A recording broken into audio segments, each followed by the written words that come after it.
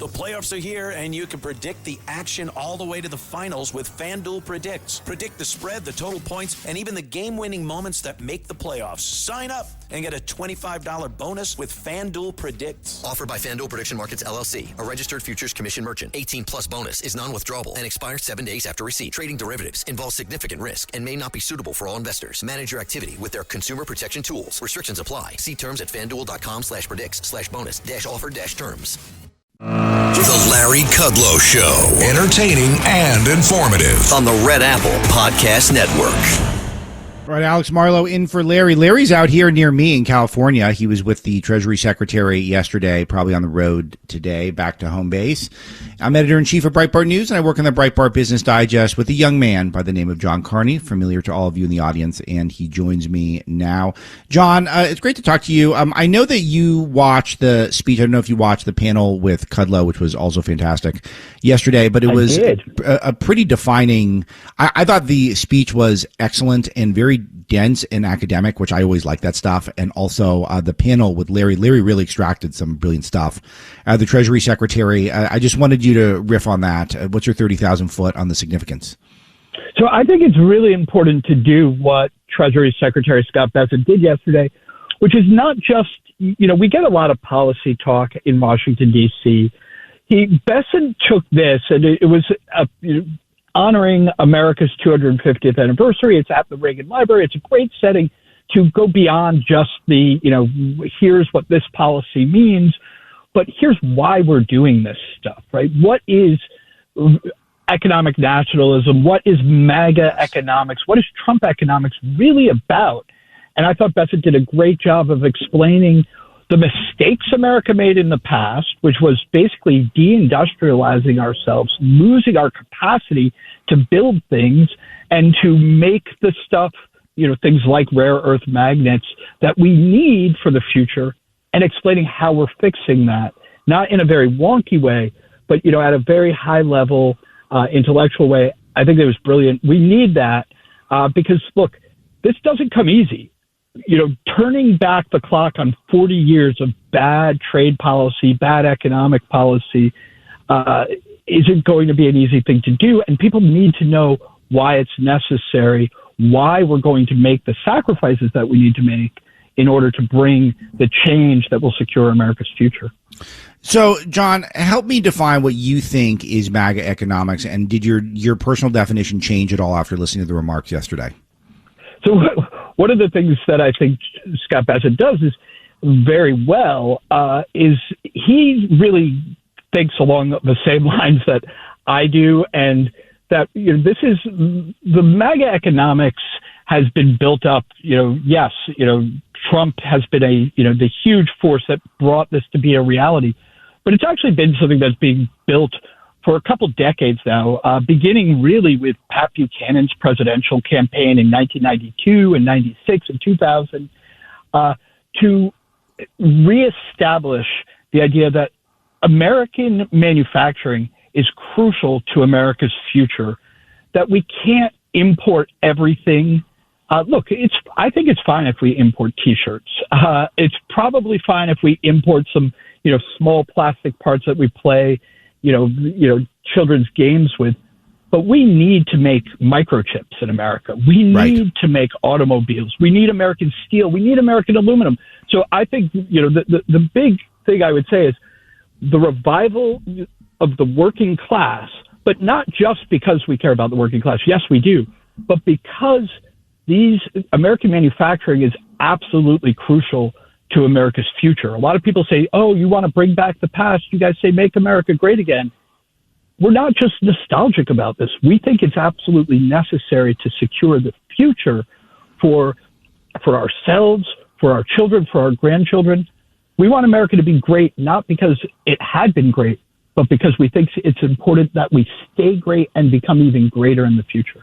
So one thing that was really important when we spoke to the Treasury Secretary last year together, which is still part of the first year of this Trump administration, the focus was still on redoing the trade deals, getting the reciprocal trade going. And that was a factor in the speech. But he led with that economic security is national security, citing examples of the success of the Iran war, exposing a lot of the bad guys there, but also making sure that we are we're making sure that our pharmaceutical stocks are loaded up so that we're not vulnerable. He's thinking about semiconductors, AI, though he didn't say that, I don't think specifically. That's on his mind.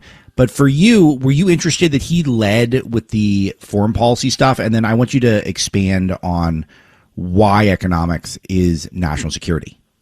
Yeah, so I thought it was great that he led with the foreign policy. One thing I'll say is that this speech really is the counterpart of what Secretary of State Marco Rubio gave in Munich, which he was explaining the foreign policy aspects, but also how that connects to economics.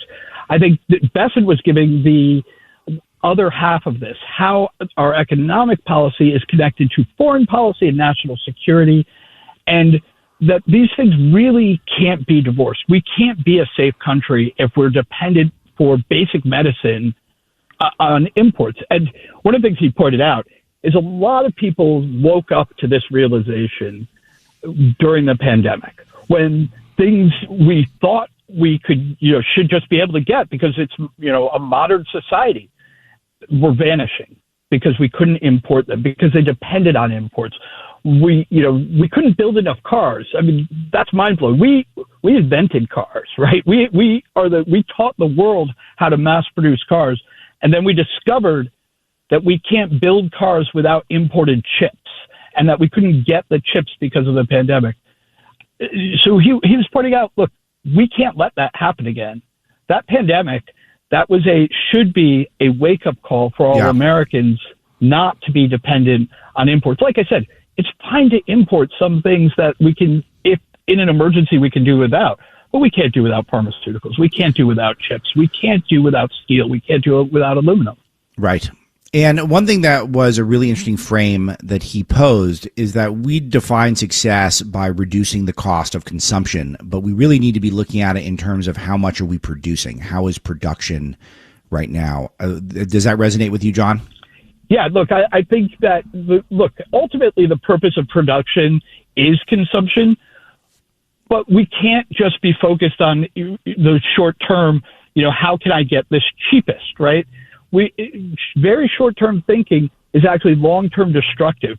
We might be able to buy something cheaper today, but as we saw in the pandemic, that doesn't mean that we can buy it cheaper forever. It might mean actually that we run out of it, that we decide, again, if we're dependent on China for parts of our medicine, right, that our seniors that are sick need to survive, and we come into a conflict with China, and it decides, they already did this.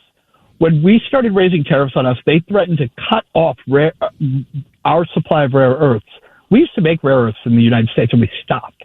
China now controls 80-90% of that market. They threatened to cut us off from that. So it's not just like a theoretical idea that they could cut us off. They absolutely could cut us off of things that we need to make basic drugs in America. So we absolutely can't be focused on how do we get it cheaper today, but how do we secure the supply forever? John, one other thing that came up during his talk with Larry was the discussion that Iran really was cooperating economically with a lot of our allies who weren't being open to us. Was that new information to you? Because that kind of struck me. And is there anything we should be doing to get these countries in line?